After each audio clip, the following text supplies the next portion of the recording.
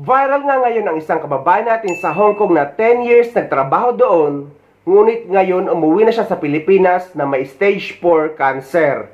At buti na lang mabait ang kanyang employer or amo dahil pinagamot siya. Ngunit kailangan na niyang umuwi dahil alam naman natin na kapag stage 4 cancer na, ay maapektuhan na ang pag-perform natin sa trabaho at ang ating katawan.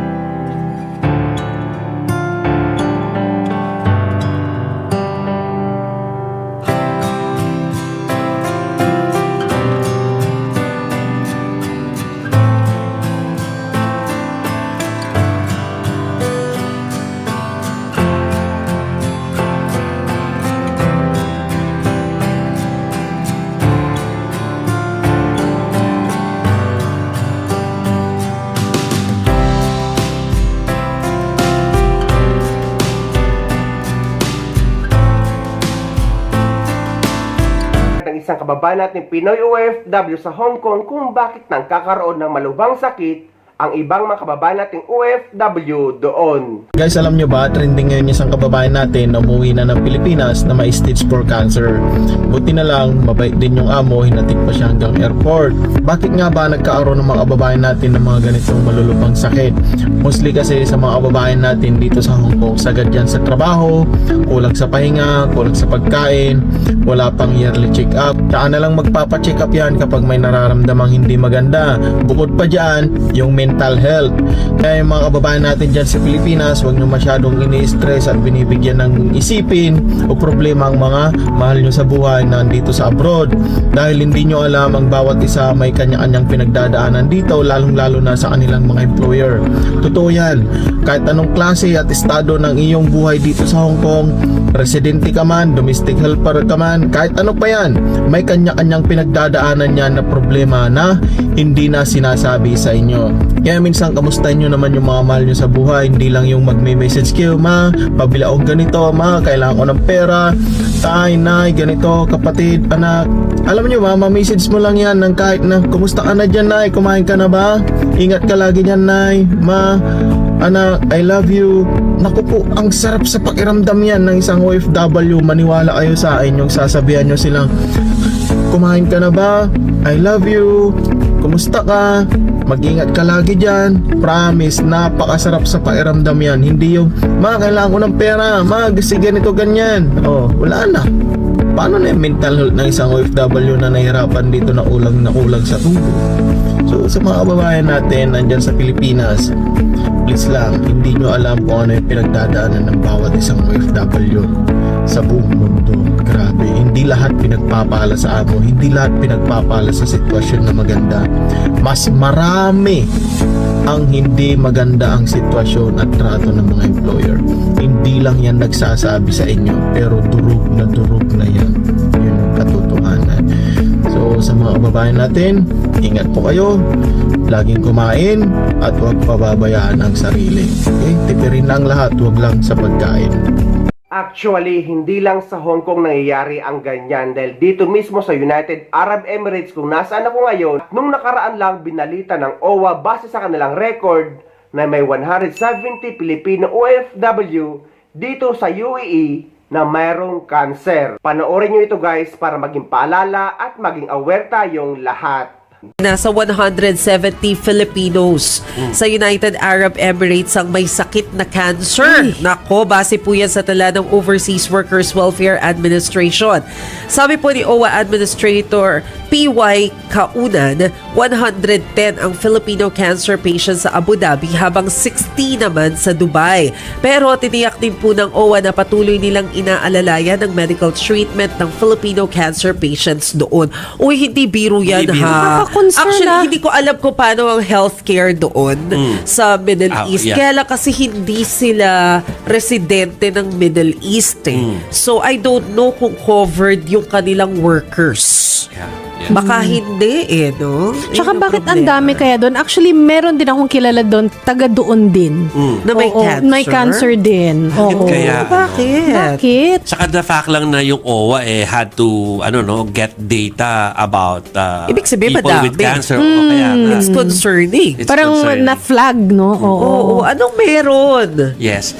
Sige, we'll try to get more updates about that OWA report po sa mga hindi natin magagawa tonight kasi by December makatulog na yung mga official natin Oo nga. ng OWA. Correct. Pero we'll update you on that kasi concerning di ba?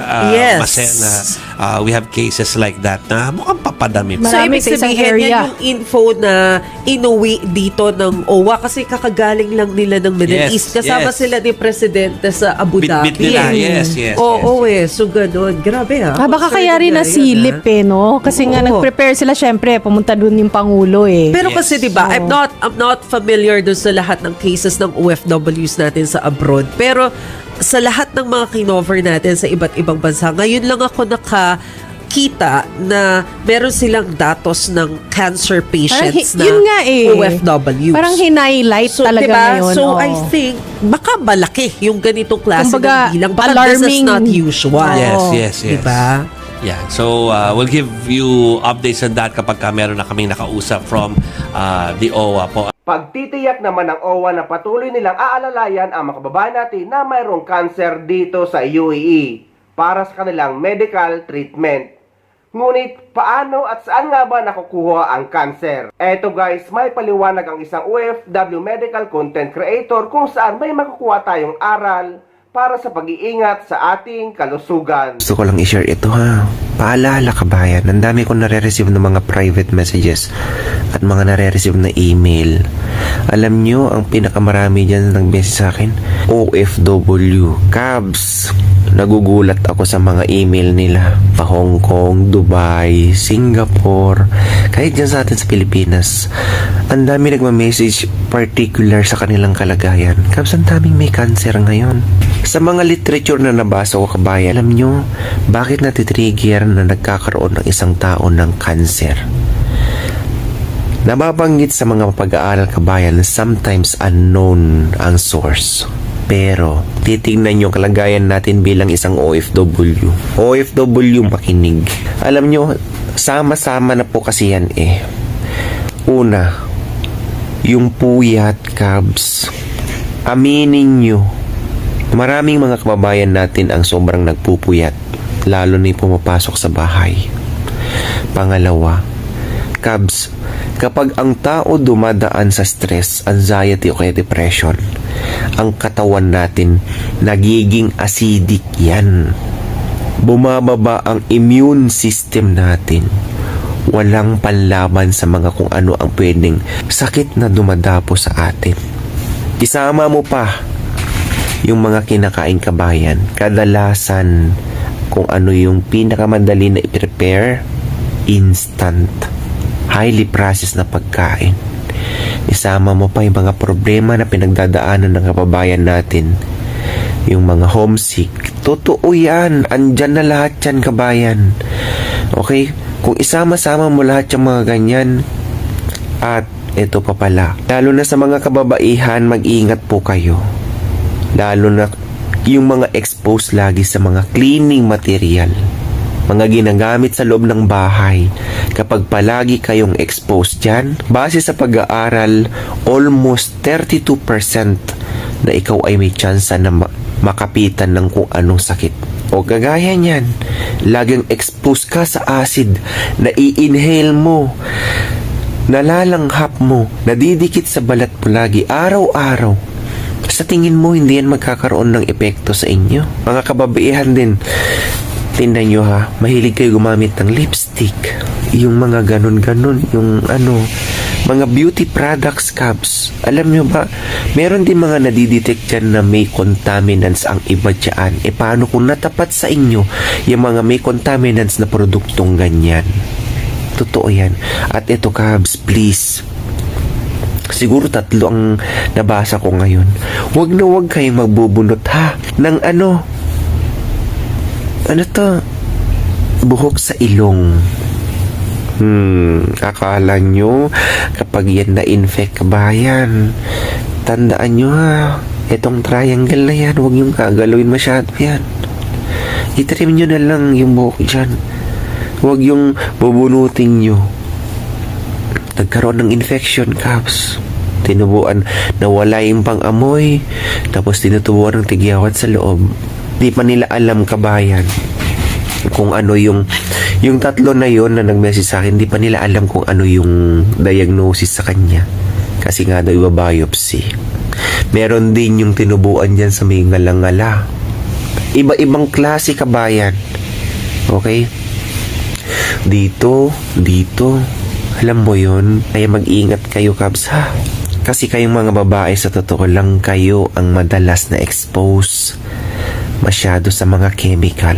Regardless sa environment yung pinagtatrabuhan mo, Kabs, isaalang-alang mo din. Okay, alam nyo ba? Disclaimer po ha. Alam nyo, hindi lahat ng tao, kapag kayo nagtitake ng supplements, ay para sa inyo. Huwag kayong makiuso. Disclaimer, may nabasa ako ng mga literature pagdating dito. Kasi yung mga supplements na yan, kabayan, baka minsan dyan natitrigger ang sakit mo. Ang mainam dyan, kumain ka ng full dense nutrient na pagkain. At huwag kang makadepende sa mga highly processed din na mga supplements na yan. Totoo yan, Kabs. Ito, Kabs, totoo lang to ha. Masaya sila na kahit nakapitan sila ng sakit, kabayan, na nandito sa ibang bansa, masaya pa rin sila. Alam niyo kung bakit? Kasi yung iba nakakausap ko. Kasi dito, kapag cover ng insurance mo ang sakit mo, zero balance ka. Yung iba, naka-under sila ng insurance sa kanilang amo. Yung mga amo nila, katataas na mga high quality ang kanilang mga insurance. Ito sa ibang bansa kasi, kabayan, libre. Wala kang babayaran yan.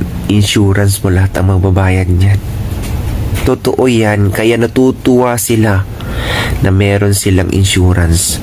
Kasi kung umuwi daw sila ng Pilipinas, kabayan, disclaimer po, totoo nanggagaling sa kanila ito. Baka hindi na sila mabuhay ng matagal. Pero in fairness, Kabs, ha, Sir, 15 years na ako cancer survivor dito sa Dubai. Sir, 10 years na ako dito sa Hong Kong. Awa ng Diyos, cancer free na ako dahil sa mga amo ko, dahil sa insurance ko. Sir, dito sa Saudi Arabia din, Kabs, oo, marami din. Sir, alam mo ba, sagot lahat ng amo ko yung paggamot ko. Kaya kayo, sa totoo lang, Kabs, kung kayo nandito sa ibang bansa, alagaan niyo yung kalusugan niyo. Paano kung wala kang ganito pag uwi ng Pilipinas at meron kang sakit? Yung mga nandyan sa Pilipinas din, tingnan nyo din yung kalagayan ng mahal nyo sa buhay na nagtatrabaho dito sa ibang bansa. Lalo na karamihan, kabayan. Disclaimer, puro mga breadwinner ang nasa ibang bansa. Hindi po nagtatae o nagpumupulot ng pera ang mga yan, ha. Tingnan nyo din ang kalusugan ng nagpo-provide sa inyo. Karamihan ng mga OFW, sinungaling yan. Totoo yan. Hindi nila sinasabi kung ano yung totoong nararamdaman nila yan. Mas gusto na nilang itago ang kanilang nararamdaman. Parang yung kayong andyan sa Pilipinas, hindi kayo nag-aalala. Lumalaban mag-isa yan. Marami, kabayan, sa totoo lang. Real talk. Hindi nila sinasabi yan. Mostly, totoo yan. Bakit? Sinasabing masarap ang kinakain? Hindi mo alam, puro mga noodles at dog ang kinakain yan. Sinasabing natutulog ng maayos, di mo alam nagpupuyat yan. Kakatrabaho, kaka-sideline. Totoo yan. Okay, reality talk lang po yan. Kaya kayo, kabayan, ha, bilang kapwa ko OFW, alagaan nyo po yung kalusugan nyo. Wala pong ibang dapat aayusin kundi kalusugan natin. Kung ikaw nagsusumikap, nagtsatsaga ngayon, alam mo, Kabs, paano mo mai-enjoy yung kita mo ngayon kung ikaw balang araw magkakaroon ka ng karamdaman sa kalusugan. Uuwi ka lang ng Pilipinas para magpagamot. Hindi ba mas magandang marinig na uuwi ka ng Pilipinas na ikaw ay nag-i-enjoy sa pinagpaguran mo? Hindi po ba? Kaya isipin mo maayos yan, ha? Alagaan mo kalusugan mo, Kabs. Kumain ka na maayos. Hanggat maaari, iwasan mo ang sobrang pagpupuyat. Okay?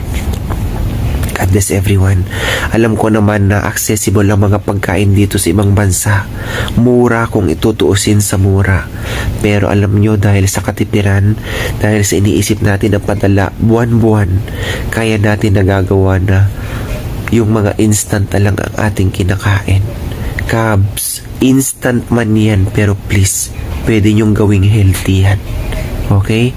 Kaya guys, puwera sa pagsisikap nating kumita ng pera at makaipon dito sa ibang bansa, ay kailangan din nating alagaan at pahalagahan ang ating kalusugan. Dahil eto talaga ang ating tunay na yaman.